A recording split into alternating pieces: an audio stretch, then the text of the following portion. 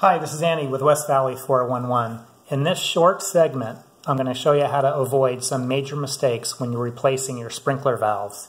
You may have an old valve that's got leaking O-rings, or maybe the solenoid's not working, or the diaphragm could be leaking as well.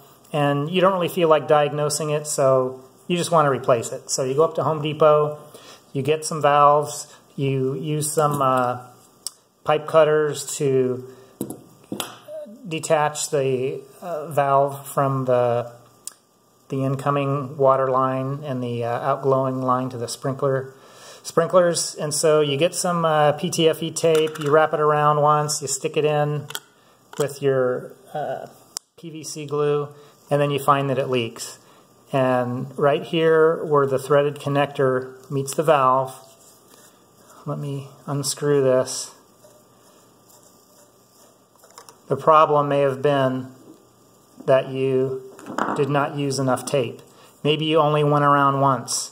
But the reason maybe you only went around once is, let's look at the instructions. This is an orbit valve instruction list, and all the instructions say, you can read that, it says be sure to use thread tape generously on all male threads. Do not over tighten. So what does that mean, generously? It doesn't really give you a guide. Well, if you take a new connector and you screw it in your valve, if you're like most guys, you're going to think, well, why did they put threads this deep on the threaded connector if it shouldn't go all the way in? And so you get about here and it gets really tight and you think, well, if I put more layers of PTFE tape on there, it's just going to be tighter and it's not going to go in as far. But the secret is to wrap your tape, hold the threaded connector in your left hand, begin to wrap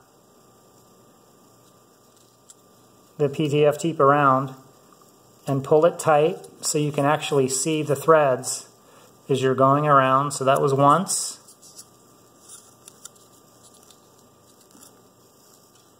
Twice. 3 times. And you may even want to go around a 4th.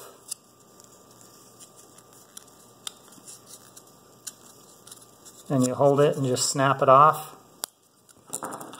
And when you try to thread this in, you're going to notice that it gets a little tight right away. So you just want to do it hand tight, and when you get to the point you can't turn it anymore,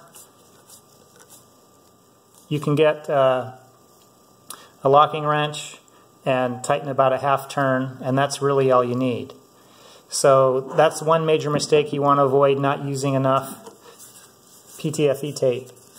Or if you don't want to use the tape, and you're used to using some pipe dope or pipe thread sealant. This is a Rector Seal. You can get this at Home Depot as well. Kind of looks like toothpaste. You take out a generous supply, push it all the way into the threads, all the way around, and then do the same thing, and that should seal it fairly well. Now, the reason the manufacturers don't want you to use pipe dope or the thread sealant is because some of it could come off in the line and clog off your drippers in your drip system, or possibly get stuck in the diaphragm. But this thread sealant's been around a really long time, and if you do it properly, it shouldn't come off, and it has been pretty successful in lots of applications.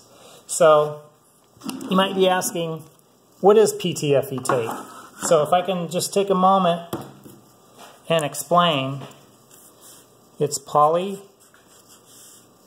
tetra fluoroethylene.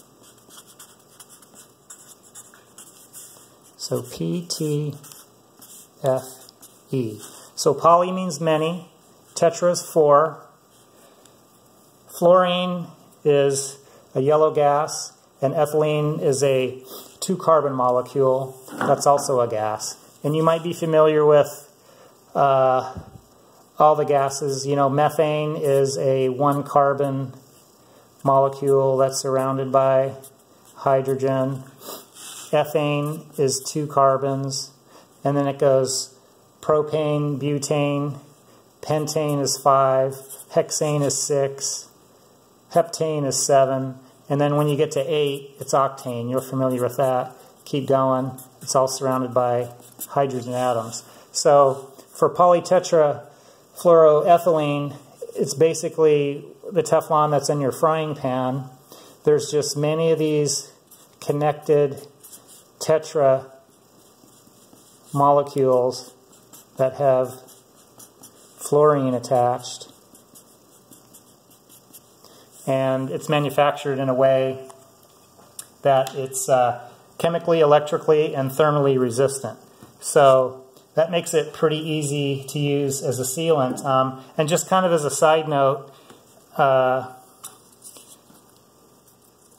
perfluorooctanoic acid is a surfactant that's used in the manufacture of Teflon, and we're all pretty familiar with it because they use it in stain-resistant carpet, but it's also been detected in the blood of about 98% of the general population, so it's been banned in Europe, as you might imagine. They're usually ahead of the United States.